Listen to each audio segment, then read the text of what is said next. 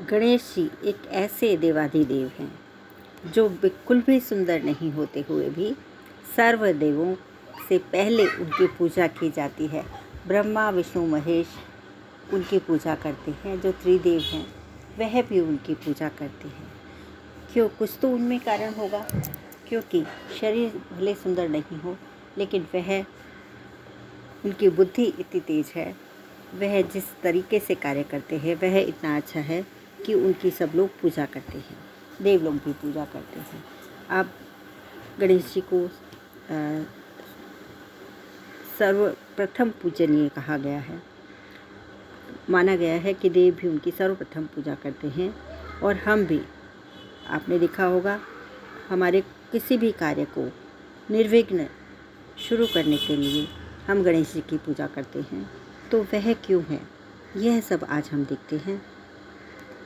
क्योंकि गणेश जी एक हैं, लेकिन उनका क्या विशेषताएं हैं जिससे कि हम उनको इतना पूजनीय और इतना सम्मान देते हैं। क्योंकि वह बिल्कुल भी सुंदर नहीं है, सुंदरता उनको कुछ फ़र्क नहीं पड़ता है। क्योंकि जब आप कोई भी बिज़नेस में फ़ायदा करने के लिए आप कितना भी बड़ा बिज़नेस करें, उसको सफल बनाने के लिए यदि गणेश जी से कुछ सीख लेते हैं, कितना भी बड़ा घर परिवार चलाने के लिए भी गणेश जी से कुछ सीख लेते हैं, तो आप देखिए एकदम परिवर्तन हो जाएगा। बड़े बड़े जो बिज़नेस क्लासेस होते हैं, बिज़नेस ट्रेनिंग होती हैं, वह कुछ नहीं है इनके सामने। क्योंकि जो शास्त्रों में बताया गया है, जो वेदों में बताया गया है, वह हमेशा सबसे बड़ा होता है। क्योंकि वह अभी तक कोई भी नहीं ढूंढ पाया है और कोई भी उसको मात नहीं दे पाया है। तो देखिए आप, गणेश जी का मस्तक जो हेड होता है, सिर होता है, वह आपने देखा होगा बहुत बड़ा होता है। तो इसका मतलब क्या है? क्योंकि वह अच्छा नेतृत्व कर सके, कुशाग्र बुद्धि हो हमारी, बड़ा सिर, सोच बड़ी बनाए रखें। हम छोटी क्षीण सोच से यदि कुछ भी बिजनेस करें, घर चलाएं, नहीं हो सकता है। तो पहला वह गुण यही है कि हमारी सोच बड़ी रखें। छोटी छोटी बातों को छोड़कर हम बड़ी बातों पे अपना फोकस करें और बड़ा गोल, बड़ा ध्येय हासिल करें ताकि हम बड़े बन सकें। तो छोटी छोटी बातों पे इग्नोर कर देना चाहिए और बड़ी बातों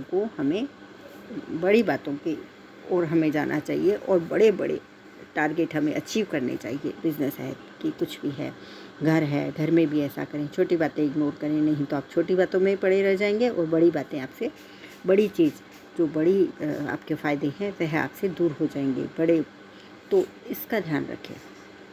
अब यह तो सिर की बात हो गई। अपना मस्तिष्क हमेशा ब्रॉड रखें, माइंड ब्रॉड रखें, मस्तिष्क हमेशा सोच बड़ी रखें, बड़ा सोचें हर एक चीज़ के बारे में, उसको मतलब ज़्यादा सोच विचार करके ही कार्य करें, तो आप बिज़नेस में सफल फर्स्ट नंबर पे आ सकते हैं। दूसरा है आप आँखें। अब देखिए आप, उनका मस्तक बड़ा है लेकिन आँखें कितनी छोटी छोटी हैं। लेकिन आइज़ का मतलब है हमें चिंतन करना, चिंतन, गंभीर प्रकृति, एक गंभीरता से सोचना चाहिए। कोई भी चीज़ को चिंतन करना चाहिए। कोई भी निर्णय लेने से पहले उसको एकदम सूक्ष्मता से उसके लाभ और हानियाँ देखनी चाहिए, ताकि कभी हम किसी से धोखा ना खा सकें। मतलब उसको एकदम ध्यान से आप विचार करें, ध्यान से देखें, कभी आप धोखा नहीं खाएंगे। उसका अच्छा और बुरा दोनों विचार कर लें तो आप कभी धोखा नहीं खाएंगे। तो छोटी आंखें मतलब आप गौर से देखिए, ध्यान से उसके बारे में अध्ययन कीजिए, फिर ही वह कीजिए और करते टाइम भी आप उसको ध्यान रखें। तो यही परिवार हो, व्यवसाय हो, किसी में भी आप सफल ज़रूर होंगे। आप उनके कानों की तरफ देखिए। उनके कान इतने बड़े बड़े कान हैं, जिसको सूप जैसे कान कहा जाता है। सूप जो एक ऐसी चीज़ होती है जो खराब को निकाल देती है और अच्छा रख लेती है। भले कितने से कितना खराब अनाज क्यों नहीं हो, वह उसमें से सिर्फ अच्छा रख लेती है, बाकी को उड़ा देती है। तो उसका मतलब क्या है? सूप जैसे बड़े बड़े कान, गजकर्ण या सूपकर्ण भी जिसको कहा जाता है, मतलब हाथी के कान होते हैं। तो वह कितने भाग्यशाली होते हैं। भाग्यशाली जैसे कि अंग विज्ञान के अनुसार वह भाग्यशाली के कान होते हैं, लंबे भाग्य वाले और दीर्घायु होते हैं। लेकिन हम शास्त्रों के अनुसार, हम बिजनेस के अनुसार, हम उनसे सीखने के अनुसार गणेश जी के लंबे कान एक रहस्य हैं।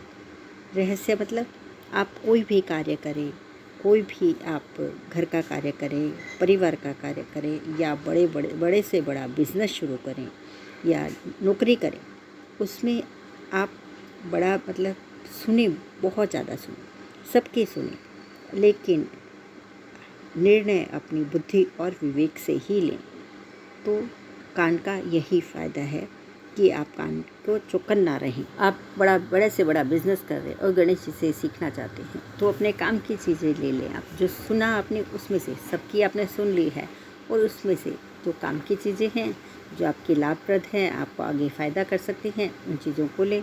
और जो आपके व्यर्थ हैं, फालतू की बातें हैं, उनको आप छोड़ दें, मतलब उड़ा दें उनको। यही सीख मिलती है। तो आप बड़े से बड़े बिजनेसमैन बन सकते हैं और हर एक पथ पर आपको सफलता मिल सकती है। आप चौथा है सूंड। तो गणेश जी की सूंड मतलब जो हमेशा हिलती डुलती रहती है। आपने देखा ही होगा गणेश जी की सूंड हमेशा हिलती डुलती रहती है। तो इसका मतलब यह है कि आपको हर पल सक्रिय रहना है, आलस नहीं करना है, हमेशा कार्य करते रहना है। तो हमेशा मतलब हिलता डुलता रहना है आपको। किसी भी जो एम आपका हो, बिज़नेस हो, घर का हो, परिवार का हो, समाज का हो, जो भी बिज़नेस आप करना चाहते हो, उसमें सर्विस करना चाहते हो, उसमें आपको सक्रिय रहना है, आलस नहीं करना है। तो यह इसका महत्व है कि आपको सक्रिय रहना है और सक्रिय होके आपको काम करते रहना है। अगर आपने काम करना छोड़ दिया तो आपका बिज़नेस ठप हो सकता है, आपका परिवार में मुश्किलें आ सकती हैं।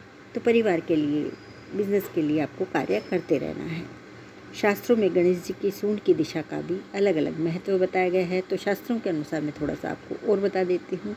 यह मान्यता है कि आपको सुख समृद्धि चाहते हो तो दाईं सूंड वाले गणेश जी की पूजा करनी चाहिए, और शत्रुओं को परास्त और ऐश्वर्य पाने के लिए बाईं सूंड की पूजा लाभप्रद रहती है। अब दाईं सूंड, बाईं सूंड, इसका क्या मतलब है? तो यही बताया गया है कि सुख समृद्धि चाहते हैं तो आप बहुत वर्क करें, और शत्रु को परास्त करना है तो आप शत्रु को परास्त करने के लिए आपको उसमें भी आपको दिमाग की ज़रूरत पड़ेगी। तो सूंड मतलब आप अलग तरीके से, अलग अलग तरीक़ों से सोचेंगे तो ही यह दोनों कार्य कर सकते हैं। अब उनका उदर यानी पेट, स्टमक, आपने देखा होगा गणेश जी का पेट बहुत बड़ा होता है। तो उसका क्या कारण है? गणेश जी का पेट तो बहुत बड़ा गोल मटोल है, इसलिए उन्हें लंबोदर कहा जाता है। तो इसका मतलब यही है कि आप अच्छी और बुरी बातों को पचा जाएं। जो भी आपके पास कोई बोलता है आप उसको पचा लें, अंदर डाल लें। ऐसा नहीं का इधर के उधर करा और उससे आपको ही नुकसान हो गया। आपका बड़ा बिजनेस है, बिजनेस में आपको बहुत टाइप के लोग बताने आएंगे, लेकिन जो आपके काम का है अपनी सूझबूझ से निर्णय लें। जो आपके काम की बात है उसको आप अपने जीवन में दोहराएं तो आपको बहुत ज़्यादा फ़ायदा होगा। ऐसे ही परिवार में जो परिवार का मुखिया होता है वह छोटी मोटी बातें इधर उधर करके नहीं बताता है तो परिवार खुशहाल रहता है और सभी लोग यह सीख जाते हैं तो बहुत फ़ायदा होता है और सब चीज़ सुचारू रूप से बहुत आगे प्रगति करती है। तो आप बड़े बिजनेसमैन बन सकते हैं यह बात सुनकर। तो उससे आपका जीवन खुशहाली रहता है। मतलब आप भोजन तो पचाते ही हैं, पेट में हम भोजन पचाते हैं, लेकिन साथ में यदि बातें भी पचाना सीख ले तो हम जो हमारे काम की टाइम पे ही हम बातें बताएं तो हमारे फ़ायदा रहता है। अब छठा है एक दंत। गणेश जी की, जैसा कि आपको गणेश जी के एक दांत होता है। बाल्यकाल में ही गणेश भगवान ने परशुराम जी से युद्ध किया और उनका युद्ध हुआ। इस युद्ध में परशुराम ने अपने फरसे से गणेश जी का एक दांत काट दिया, जिसके समय से गणेश जी एक दंत कहलाने लगे। आप देखिए उसमें भी प्रसिद्ध हो गए और इससे पूरा महाभारत ग्रंथ लिख डाला। अब अपने टूटे हुए दांत को उन्होंने लेखनी बना लिया। अब इसकी में बुद्धिमत्ता देखिए आप। जो दांत टूट गया, जिसके लिए हम रोना शुरू कर सकते हैं, ये साधारण व्यक्ति रोना शुरू कर सकता है, लेकिन गणेश जी ने अपने टूटे हुए दांत की बुद्धिमत्ता का परिचय देते हुए उसका सदुपयोग किया और उससे पूरा महाभारत लिख डाला। आप सोचिए, आपका कोई बिजनेस है तो आप क्या करेंगे? आपको कोई नुकसान करता है, आपको हानि पहुंचाता है, तो आप उसका भी प्रयोग करें। आपको कोई चीज़ खराब हो गई है तो आप उसका भी प्रयोग किसी न किसी रूप में करें। मतलब आपको कोई चीज़ व्यर्थ नहीं करनी है। व्यर्थ करेंगे तो आपको कोई फ़ायदा नहीं होगा। तो गणेश जी ने अपने टूटे हुए दांत से महाभारत लिख डाला। आप सोचिए कितना अच्छा सीखने का है। यदि आपको कोई भी गलत विचार देता है, गलत कुछ देता है, तो आप उससे गलत विचारों को आप या तो पेट में रखें या फिर उनको भी नई आप देखें कहाँ पे उसको एडजस्ट करना है और कहाँ से उसका फ़ायदा उठाना है। तो आप अपने बिज़नेस को, अपने घर परिवार को उससे भी आगे बढ़ा सकते हैं और शत्रुओं पे विजय पा सकते हैं। अब आज गणेश चतुर्थी है और गणेश जी से हमें एक बड़ा बिजनेसमैन बनने की इतनी सारी महत्वपूर्ण बातें आपको मालूम पड़ी हैं और यह हम सभी को मालूम होना चाहिए। यह सीख हम सभी को लेनी चाहिए। Thank you very much.